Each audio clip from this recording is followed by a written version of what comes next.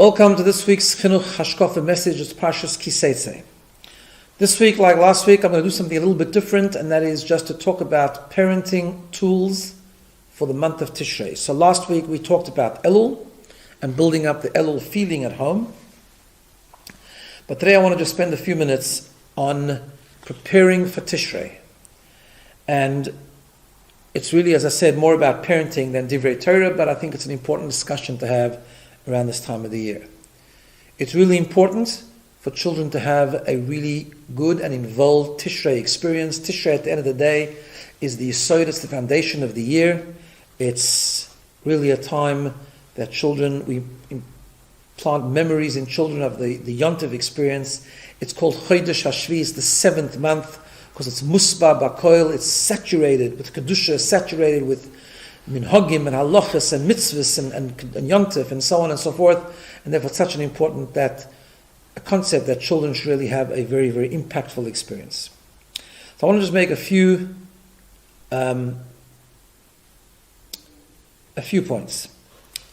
First of all, it's really, really important as we prepare our children and plan for Tishrei that the Elul, but particularly the Tishrei experience, should be a calm experience. Often, unfortunately, in homes, it's specifically around Yontif time that there's a lot of tension and there's a lot of pressure.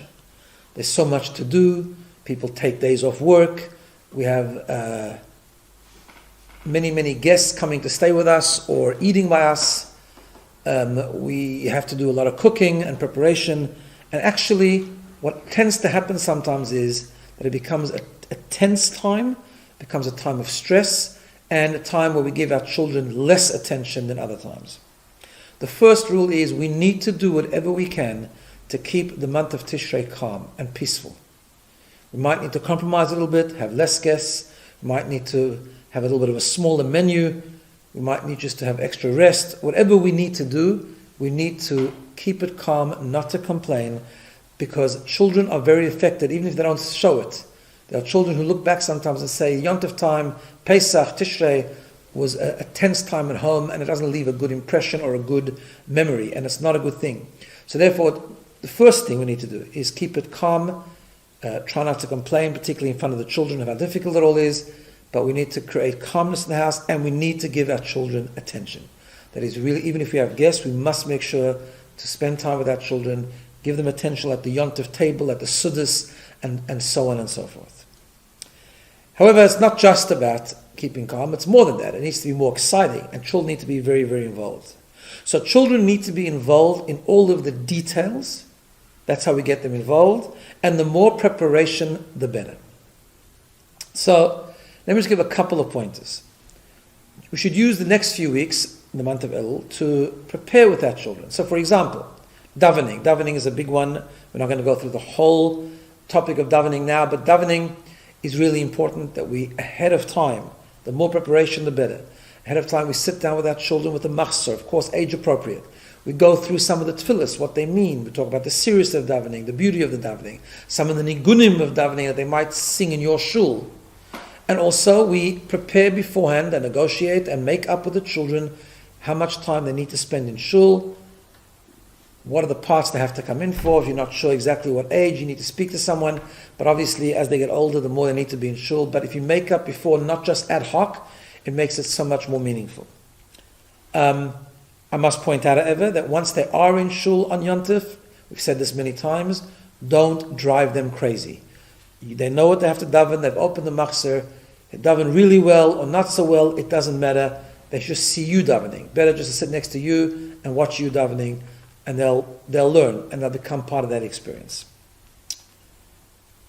Then there's things, especially very young children. Sometimes we need things to get done before Tishrei, so we just get them done. But really, a lot of things are an opportunity to involve children in details, in real small details. So for example, you need to go shopping before Yontif to buy the simonim, the apple, the pomegranate, the head of the fish, whatever it is that the minhag is in your home to do on the first night for Yontif.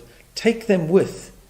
If you're going shopping, take the children with, very young children. Ask them to tell you what you need to buy. Go into the store, point it out. Let them choose. Let them tell you what you need to be looking for. The more you can involve them, the better. Baking challah, those people who bake challah, involve the children in baking challahs, involve the children in the shaping of the special shapes, of the different shapes that different people do for the Rosh Hashanah, Yom Kippur, Yom Tovim, and so on and so forth.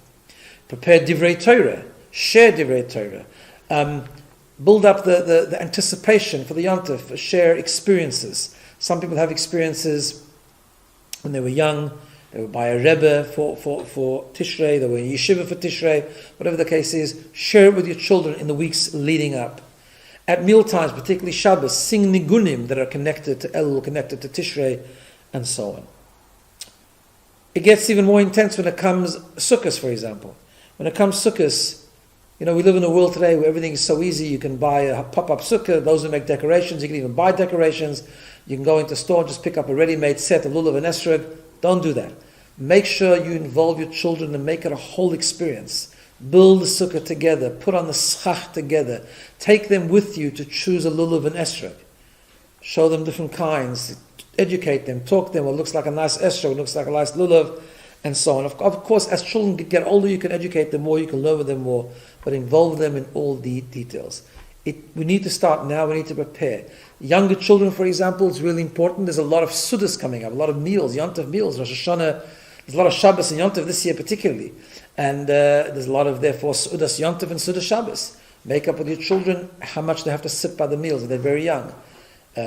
Make up which children are going to say Dvar Torah at which meal. All these things to build up the excitement, to build up the anticipation. Be excited about it. Show your own passion.